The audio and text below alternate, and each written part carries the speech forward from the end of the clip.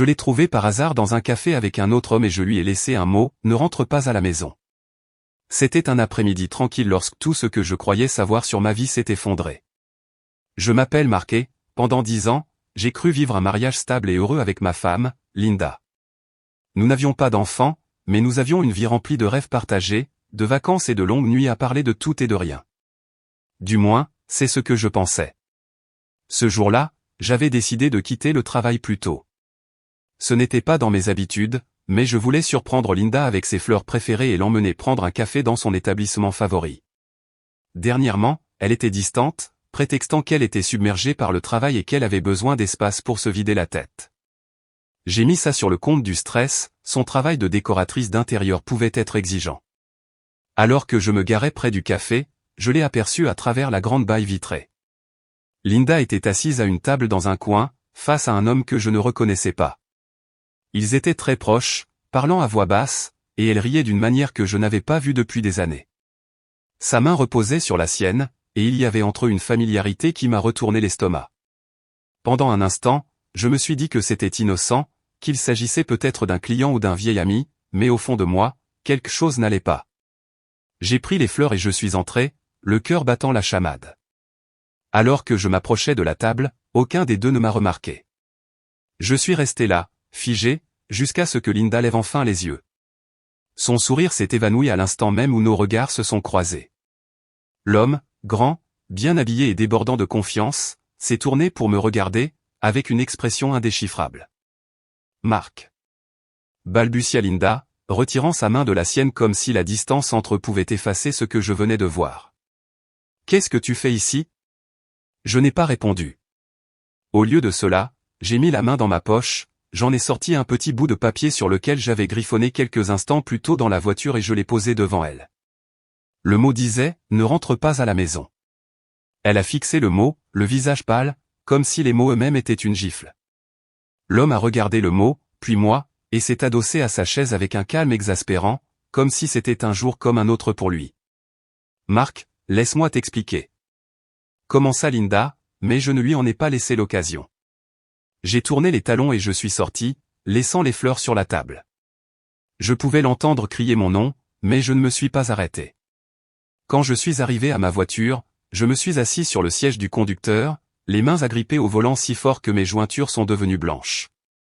Je voulais crier, pleurer, frapper quelque chose, mais au lieu de cela, je suis simplement resté là, abasourdi. La femme à qui j'avais confié ma vie était assise dans un café avec un autre homme, lui tenant la main comme si c'était la chose la plus naturelle du monde. Mais le pire était encore à venir. Ce soir-là, Linda est rentrée à la maison, malgré mon mot, et ce qu'elle fit ensuite me fit remettre en question tout ce que nous avions construit ensemble. Linda est entrée par la porte d'entrée ce soir-là comme si de rien n'était. Elle n'avait pas le mot, et elle ne semblait ni contrariée ni repentante. Au contraire, elle paraissait sereine, comme si elle avait passé des heures à répéter ce qu'elle s'apprêtait à dire. J'étais assis sur le canapé du salon, fixant la télévision qui n'était même pas allumée. Mon esprit tournait à plein régime, rejouant chaque détail de ce que j'avais vu au café, sa façon de rire, sa façon de lui toucher la main. C'était comme si j'avais regardé une étrangère qui ressemblait par hasard à ma femme. « Mark », dit-elle en posant son sac sur la chaise près de la porte. « Il faut qu'on parle. » Je n'ai pas bougé. Je ne l'ai même pas regardé. « Tu penses ?» soupira-t-elle en s'approchant et en s'asseyant sur le bord du canapé. L'audace d'agir avec un tel calme était exaspérante. « Ce n'est pas ce que tu penses », commença-t-elle, son ton excessivement mesuré, comme si elle essayait de calmer un enfant. « Vraiment, dis-je, me tournant enfin pour lui faire face. Parce que ce que je pense, c'est que ma femme avait un rendez-vous avec un autre homme cet après-midi, lui tenant la main et riant comme elle n'a pas ri avec moi depuis des années. Alors, si ce n'est pas ça, s'il te plaît, éclaire-moi. » Linda tressaillit légèrement à mon ton, mais ne faiblit pas, c'est juste un ami. On parlait de travail, c'est tout. Je laissai échapper un rire amer, me levant et arpentant la pièce. Un ami? On ne tient pas la main de ses amis, Linda. On ne les regarde pas comme s'ils avaient décroché la lune. On n'agit pas comme si on tombait amoureux d'eux au milieu d'un café où son mari pourrait entrer à tout moment.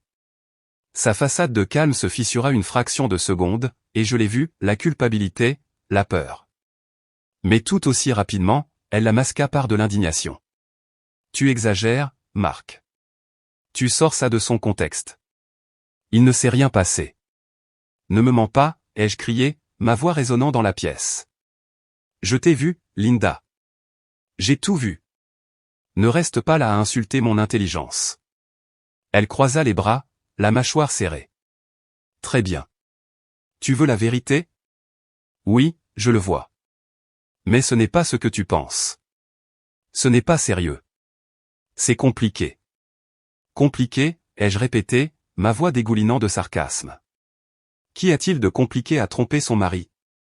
Je ne t'ai pas trompé, lança-t-elle. Pas physiquement, en tout cas.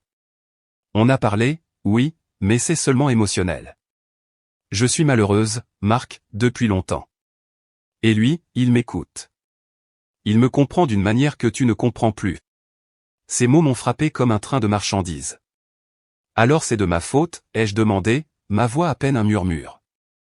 Tu dis que c'est arrivé parce que je t'ai laissé tomber d'une manière ou d'une autre? Elle n'a pas répondu, mais le silence fut toute la confirmation dont j'avais besoin. J'ai secoué la tête, le cœur brisé en 1 million de morceaux. Tu aurais pu me parler, Linda. Tu aurais pu me dire que tu étais malheureuse. Mais au lieu de ça, tu as agi dans mon dos et tu as trouvé quelqu'un d'autre pour t'écouter. Elle se leva, les bras toujours croisés. Je n'avais pas prévu que ça arrive, Marc. C'est juste arrivé. Et, honnêtement, je ne sais même plus si je veux arranger ça. Ces mots furent comme un poignard dans le cœur. Alors, pourquoi es-tu là? Pourquoi es-tu revenu? Elle hésita, puis dit quelque chose qui m'a glacé le sang. Parce que je n'étais pas encore prête à partir. Je voulais d'abord te parler, voir si on pouvait trouver un arrangement. Mais maintenant. Je l'ai regardé, ressentant un mélange de colère, de chagrin et d'incrédulité. Dehors, dis-je, les dents serrées. Marc, s'il te plaît. Non. Tu as fait ton choix, Linda. Maintenant, je fais le mien. Fais tes valises et pars. Je ne peux plus supporter ça. Pendant un instant, j'ai cru qu'elle allait argumenter, mais elle ne l'a pas fait. Au lieu de cela, elle a hoché la tête, s'est retournée et est montée faire ses valises. En écoutant le bruit des tiroirs qui s'ouvraient et se fermaient, je me suis rassis sur le canapé, engourdi.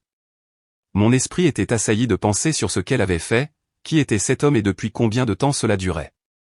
Mais une chose était claire, ce n'était pas fini. Ce qu'elle ferait ensuite allait porter cette trahison à un niveau que je n'aurais jamais pu imaginer. Linda n'a pas mis longtemps à faire ses valises. Elle est descendue avec une seule valise, son expression indéchiffrable. Pendant un instant, il a semblé qu'elle voulait dire quelque chose, mais je n'étais pas d'humeur à entendre d'autres excuses ou mensonges. Où vas-tu aller, ai-je demandé, essayant de garder la voix ferme. Je ne savais pas pourquoi ça m'importait. Peut-être était-ce le sens du devoir persistant après 10 ans de mariage. Chez une amie, répondit-elle sèchement, en évitant mon regard.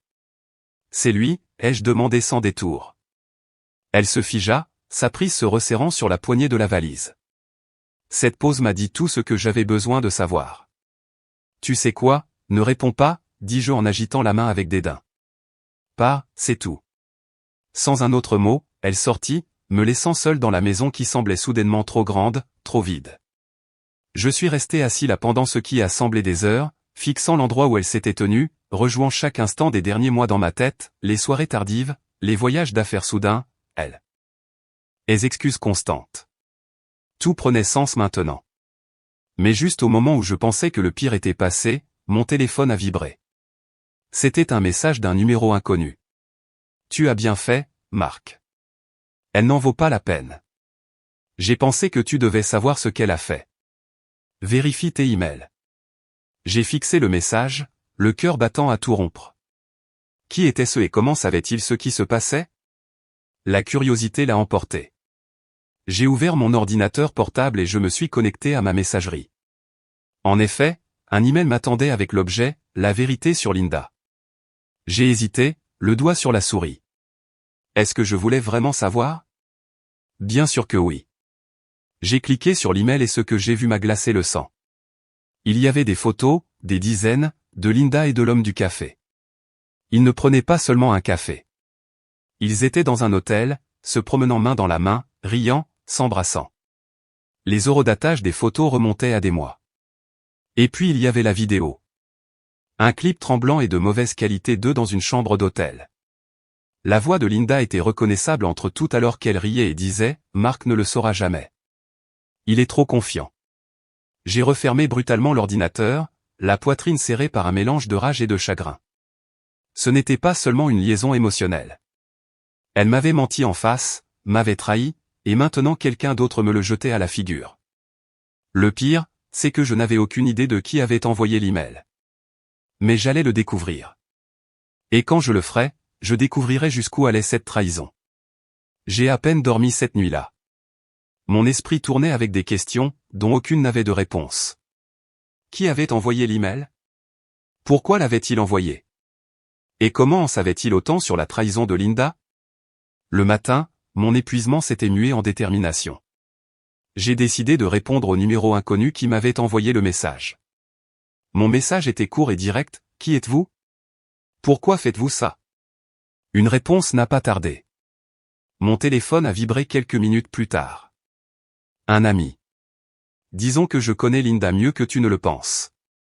Elle n'est pas celle que tu crois. Si tu veux toute l'histoire, retrouve-moi au parc près de chez toi à 14 heures. Je porterai un sweat à capuche noire. Je fixai le message, me demandant si je devais y aller ou non. Ça semblait tout droit sorti d'un mauvais film. Mais en même temps, la curiosité me rongeait. S'il y avait plus à savoir sur la trahison de Linda, j'avais besoin de le savoir. À 13h45, j'étais assis dans ma voiture, garée près de l'entrée du parc. Mon cœur s'emballait et mes paumes étaient moites. Qu'est-ce que je faisais au juste? Rencontrer un étranger qui prétendait connaître les secrets de ma femme. Ça semblait ridicule, mais je ne pouvais pas me défaire du sentiment que cette personne avait les réponses dont j'avais besoin. À 14 heures précises, j'ai vu quelqu'un avec un sweat à capuche noire marcher vers un banc sous un grand chêne. Prenant une profonde inspiration, je suis sorti de la voiture et je me suis approché. La personne, que je vis alors être un homme d'une trentaine d'années, leva les yeux alors que j'approchais. Son visage était partiellement caché par la capuche, mais je pouvais en voir assez pour savoir que je ne le reconnaissais pas. « Vous êtes Marc ?» dit-il, sa voix basse et ferme. « Oui. »« Et vous êtes ?» ai-je demandé en croisant les bras. « Appelez-moi Dan, » dit-il en me faisant signe de m'asseoir. J'ai hésité, mais je me suis finalement assis, en gardant une certaine distance entre nous. « Comment connaissez-vous Linda ?» ai-je demandé. Il laissa échapper un rire amer. « Je travaillais avec elle. Nous avons été proches pendant un temps. Mais disons que j'ai appris à mes dépens quel genre de personne elle est vraiment. » Qu'est-ce que ça veut dire? Dan a sorti son téléphone et me l'a tendu. Regardez par vous-même. Sur l'écran se trouvait une série de messages, des SMS entre Linda et quelqu'un enregistré sous le nom d'Eric. Les messages étaient explicites, remplis de détails sur leur rencontre et de plans pour maintenir Marc dans l'ignorance. Ça fait presque un an qu'elle voit Eric, a dit Dan. Il est marié aussi, d'ailleurs. Je l'ai découvert quand je les ai surpris ensemble à une fête du bureau. Elle s'en fichait que je les voie, elle m'a juste dit de me mêler de mes affaires. J'ai fixé les messages, sentant une vague de nausée. Pourquoi me dites-vous ça? Pourquoi maintenant? Parce que j'ai été à votre place, dit-il, sa voix s'adoucissant. Je sais ce que ça fait de se sentir comme un idiot. J'ai pensé que vous méritiez de connaître la vérité avant qu'elle ne vous entraîne plus bas. Je ne savais pas quoi dire. Une partie de moi voulait le remercier, mais une autre partie voulait crier. Ce n'était pas seulement de la trahison, c'était de l'humiliation, planifiée et exécutée juste sous mon nez. Alors que je lui rendais le téléphone, Dan ajouta, « Elle n'arrêtera pas, Marc. Les gens comme Linda, ils ne changent pas. » Je l'ai appris à mes dépens. J'ai quitté le parc en me sentant plus brisé que jamais. Mais j'ai aussi ressenti autre chose, une envie irrépressible de reprendre le contrôle. Linda pensait qu'elle pouvait me prendre pour un imbécile, mais elle était sur le point d'apprendre à quel point elle avait tort. En rentrant du parc, je pouvais à peine garder les mains fermes sur le volant. Les mots de Dan résonnaient dans ma tête, « Elle n'arrêtera pas », cette pensée me mettait en rage, mais elle a aussi allumé quelque chose que je n'avais pas ressenti depuis des jours, la clarté. Linda m'avait menti, trompé et humilié. J'avais passé les dernières 24 heures à nager dans le choc et le chagrin, mais maintenant, je devais me concentrer. Je n'allais pas la laisser s'en tirer comme ça. Quand je suis rentré, j'ai immédiatement pris mon ordinateur portable et j'ai commencé à faire des recherches. Dan avait mentionné le nom d'Eric, et il ne m'a pas fallu longtemps pour le trouver sur les réseaux sociaux. Eric était tout ce que je n'étais pas, soigné, charmant et, à en juger par les photos de sa famille, complètement faux. Il avait une femme, 2 enfants et une grande maison en banlieue. L'idée qu'il se soit assis à ma table, me volant ma femme tout en jouant le parfait père de famille, me faisait bouillir le sang. J'ai fait des captures d'écran de ses publications, de son profil professionnel et de tout ce que je pouvais trouver. Je n'avais pas encore de plan complet, mais je voulais être prêt. Linda et Eric se croyaient intouchables. J'allais leur prouver qu'ils avaient tort. Alors que je regardais l'écran, mon téléphone a vibré. C'était un message de Linda. J'ai besoin de récupérer le reste de mes affaires demain. Seras-tu à la maison? Son audace était incroyable. À peine partie, elle voulait maintenant revenir comme si de rien n'était. Mes doigts ont plané sur le clavier avant que je ne réponde finalement, je serai là. Viens à 17h. Le lendemain, j'ai passé des heures à me préparer pour son arrivée. J'ai imprimé les photos et les textes que Dan m'avait montrés et je les ai disposés soigneusement sur la table de la salle à manger. J'ai aussi imprimé des captures d'écran des photos de famille d'Eric, juste pour bien faire passer le message. À 17h précise, Linda est entrée. Elle était habillée impeccablement, comme toujours, son expression un mélange de culpabilité et d'agacement. « Je suis juste venue pour mes affaires », dit-elle sèchement en se dirigeant vers les escaliers. « Pas si vite », dis-je en lui barrant le chemin, « il faut qu'on parle. » Elle a levé les yeux au ciel. « Marc, on a déjà eu cette conversation. » Je t'ai dit ? Non. C'est toi qui écoutes cette fois, ai-je lancé, la coupant. J'ai désigné la table de la salle à manger. Assieds-toi. Son regard s'est tourné vers la table et j'ai vu son visage blêmir quand elle a remarqué la pile de papier. Lentement, elle s'est assise, ses mains tripotant sur ses genoux. Qu'est-ce que c'est ? Demanda-t-elle, même si je pouvais dire qu'elle savait déjà. Ça, dis-je en étalant les papiers devant elle, c'est tout. Les textos, les photos, les visites à l'hôtel. La vie d'Eric, sa femme, ses enfants. Tu pensais que j'étais trop aveugle pour m'en rendre compte. Mais devine quoi ? Maintenant, je sais tout, Linda. Elle a fixé les preuves, sa bouche s'ouvrant et se fermant comme un poisson hors de l'eau, cherchant de l'air. Marc, je peux expliquer. Non. J'ai frappé la table avec ma main, la faisant sursauter. Tu as assez parlé. C'est mon tour maintenant. J'ai pris une profonde inspiration, essayant de stabiliser ma voix. Tu m'as menti, tu m'as trompé, et tu n'as même pas eu la décence de le cacher. Tu étais là, à te moquer de moi, pensant que je ne le saurais jamais. Eh bien, devine quoi ? Je l'ai su. Et maintenant, tu vas faire face aux conséquences. Son sang-froid s'est fissuré et, pour la première fois, j'ai vu une véritable panique dans ses yeux. Que veux-tu dire ? Qu'est-ce que tu vas faire ? Je me suis penché, ma voix basse et ferme. Je ne vais pas te faire de mal, Linda. Mais je ne vais pas non plus te laisser t'en tirer comme ça. Tu as détruit notre mariage, tu m'as humilié et tu m'as menti en face. J'espère que ça en valait la peine. Elle n'a pas répondu, ses yeux se déplaçant entre les papiers et mon visage. Pour une fois, Linda n'avait rien à dire.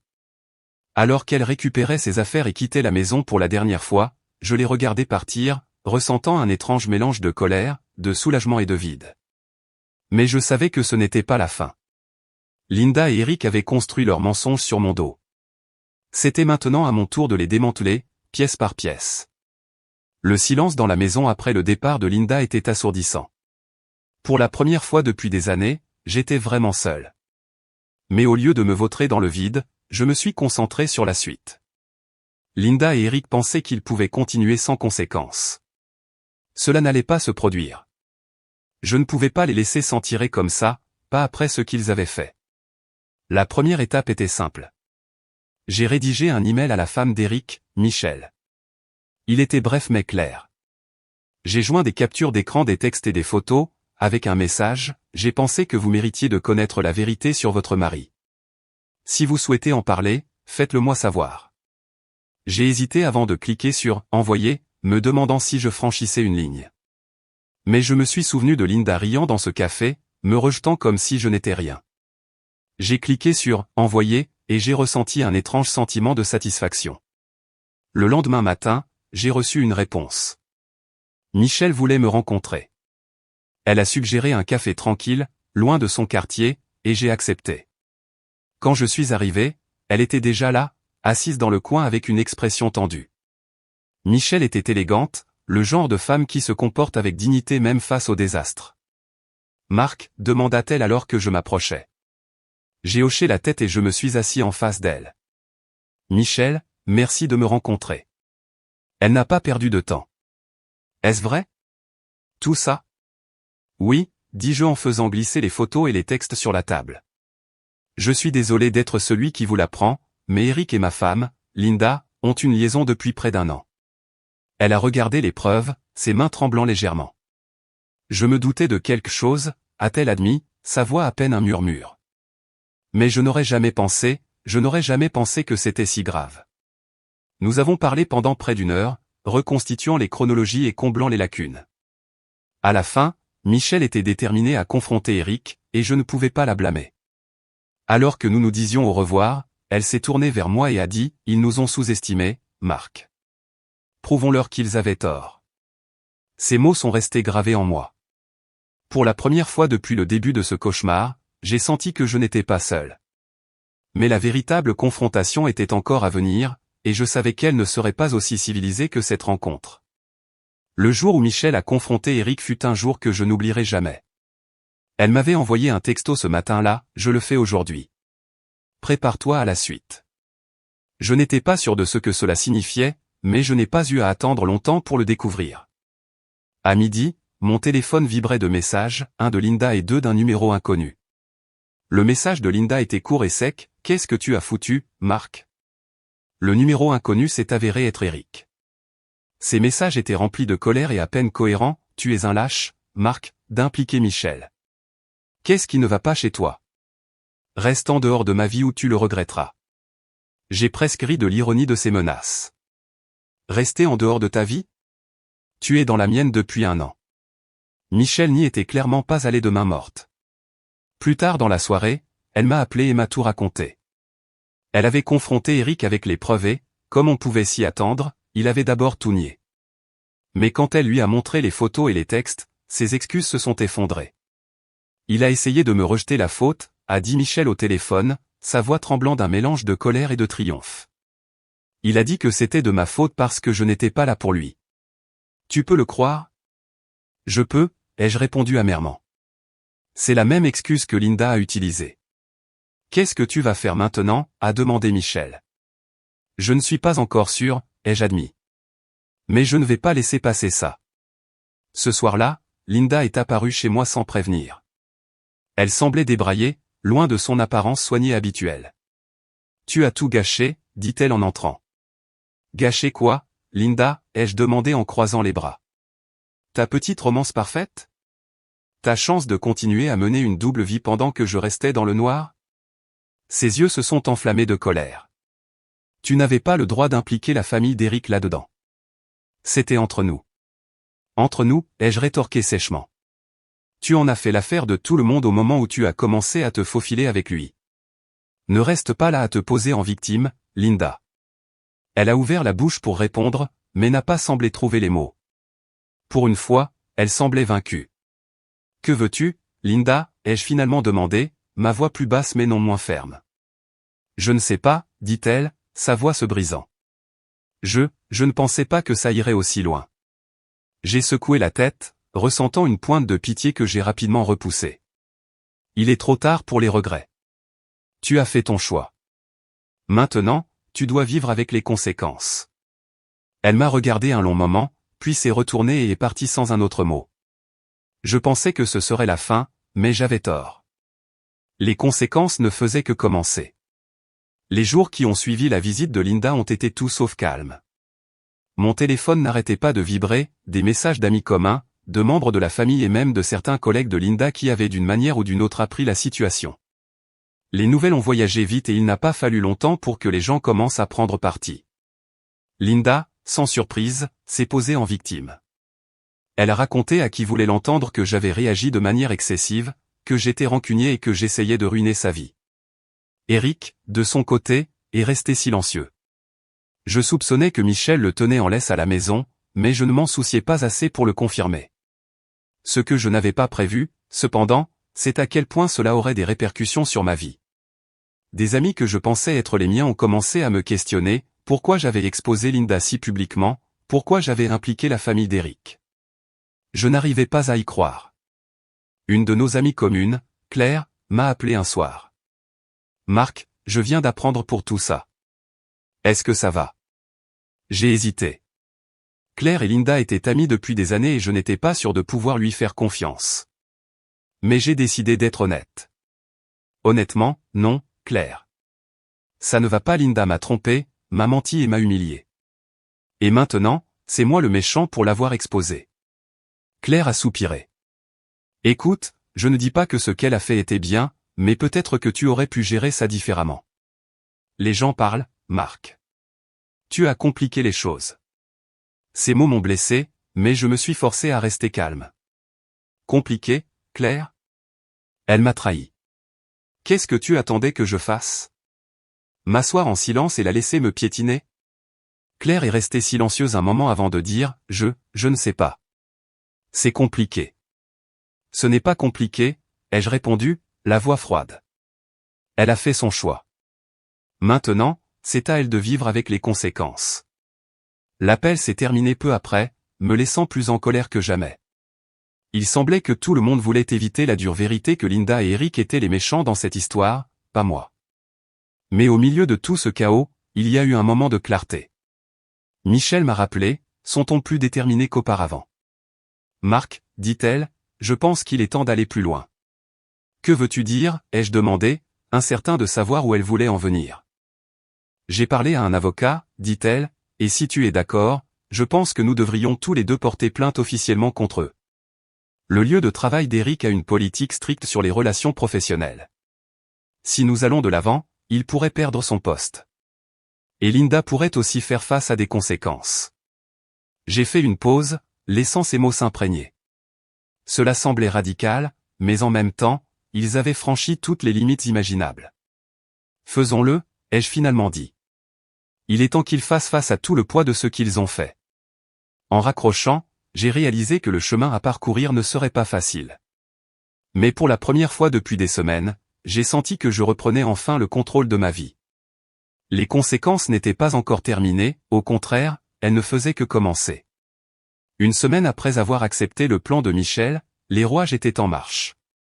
Nous avons tous deux déposé des plaintes officielles contre Eric et Linda. Michel avait rassemblé suffisamment de preuves à partir du téléphone et des emails professionnels d'Eric pour étayer nos affirmations, tandis que je fournissais des documents supplémentaires. Il ne s'agissait plus seulement de vengeance, il s'agissait de responsabilité. Les conséquences furent immédiates. L'entreprise d'Eric a lancé une enquête interne et, en quelques jours, il a été mis en congé. Linda, dont le travail recoupait souvent celui d'Eric, a également été interrogée. Leur prétendue liaison, discrète, avait été tout sauf ça.